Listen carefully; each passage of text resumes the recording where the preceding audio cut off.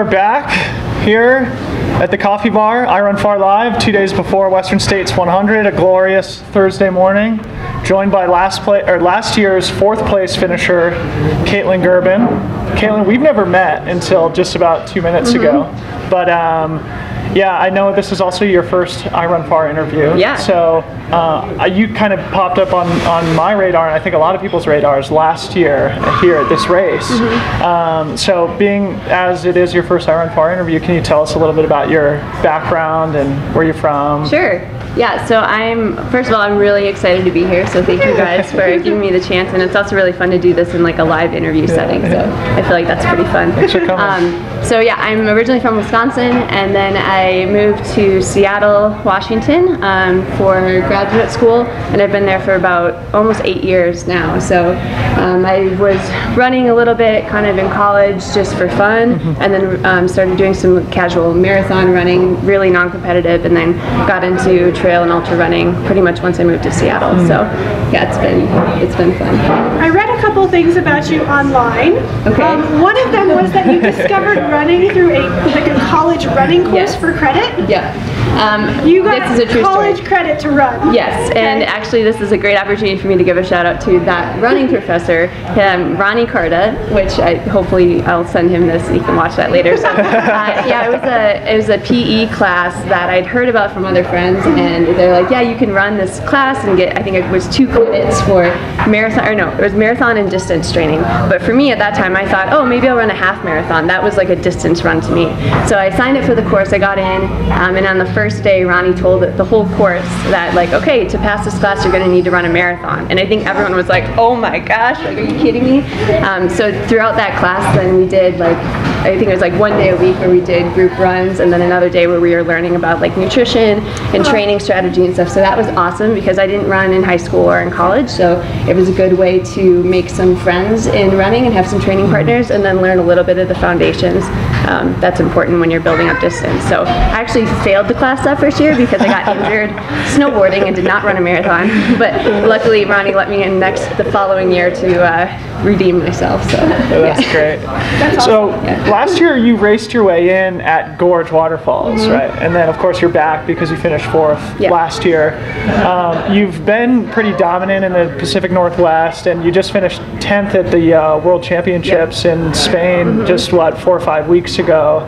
Does your 4th place finish from last year and your recent success like on the international stage give you confidence coming into the race, or how are you approaching it strategically this year as compared to last year? Yeah, so I think what's like both Western States last year and then the Worlds, which was just recently, gave me the confidence that like I do deserve to be racing in the front. And I think last year coming into Western States, it was a lot of like, oh my gosh, like look at who I'm running next to. I was, running next to a lot of people that I look up to in the sport, and so there's a lot of imposter syndrome of thinking like, do I deserve to be here? What am I doing? And then everyone was so nice. So that was one of the coolest things last year, was just running alongside women who are basically idols to me. So that was really cool. So I think coming into this year, I feel less pressure, less nervous. I'm just excited to go out and run because I have running in the Northwest. There's a lot of local races and a lot of people that I've met through those, and so I had all that support last year. So that was so fun to see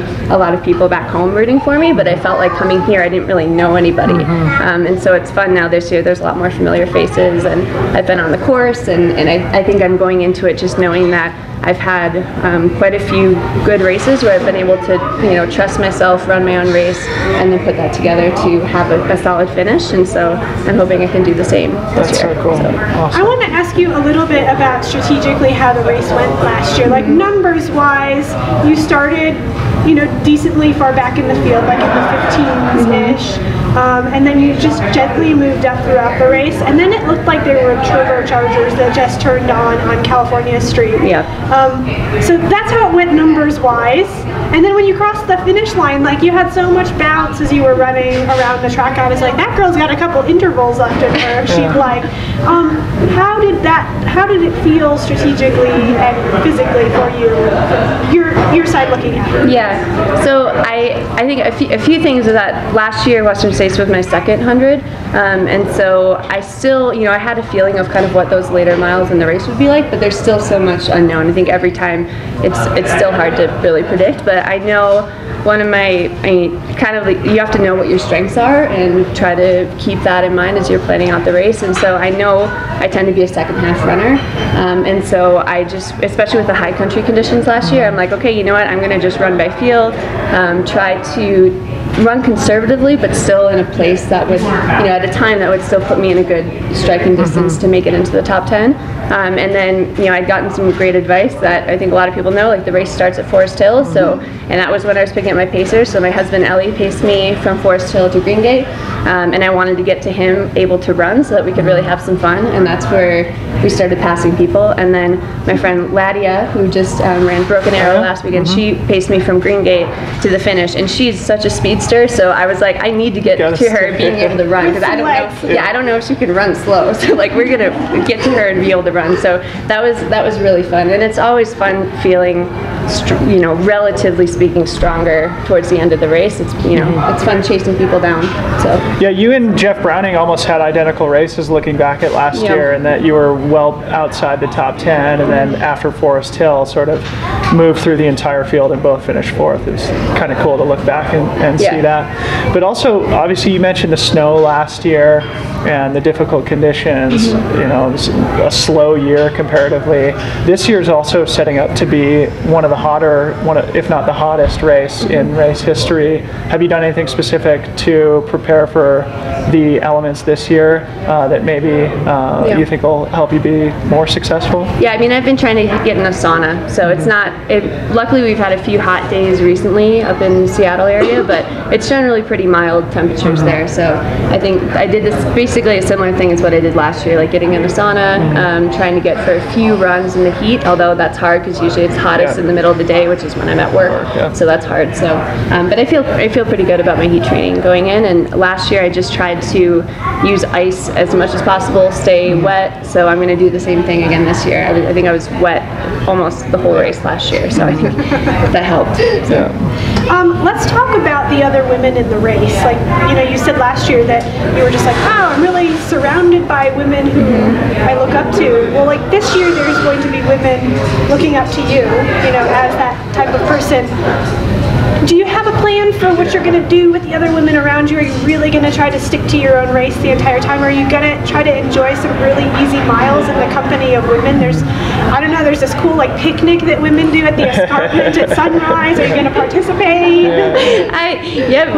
Part of the thing that's so cool about running these races is that there are so many fun people to run with, so that's definitely a big part of the experience, which is why I really was excited to come back to this race this year. So now I definitely hope to connect with some runners out on the course, but at the same time I think I want to go into this race trusting myself, trusting my fitness, and making sure that I don't get too comfortable early on. And I think last year that was, running around and seeing like, oh, these are all the women who finished top 10 last year, this is great, I'm in a good place.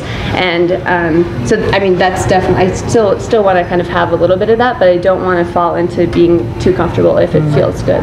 So. This is a race that tends to feed people's addictive personalities. There's a lot of people who are like, I really want to finish this race 5 times, 10 times, 25 times. Is there any of that, like, ooh, I just want to keep coming back and seeing how much incrementally better I can do at this race? Yeah. After last year's finish, I was really looking forward to coming back this year. I tend to not repeat a lot of races. I really like running in new places, especially hundreds. So there's not, you can't, I feel like you can't really do too many hundreds in a year, and so there's so many awesome courses that I'd like to branch out, but I'm not going to make any calls until after this race happens. So yeah, one race at a time. Well, great. Well, I think a lot of people are really interested to see how you do this weekend, and I know I personally will be keeping my eye on you. And you were in my I Run Far prediction contest top 8 women, so my eyes on you too. Mine as well. No pressure. No pressure. It's okay. Anyway, a round of applause for Kaytlyn Gerbin.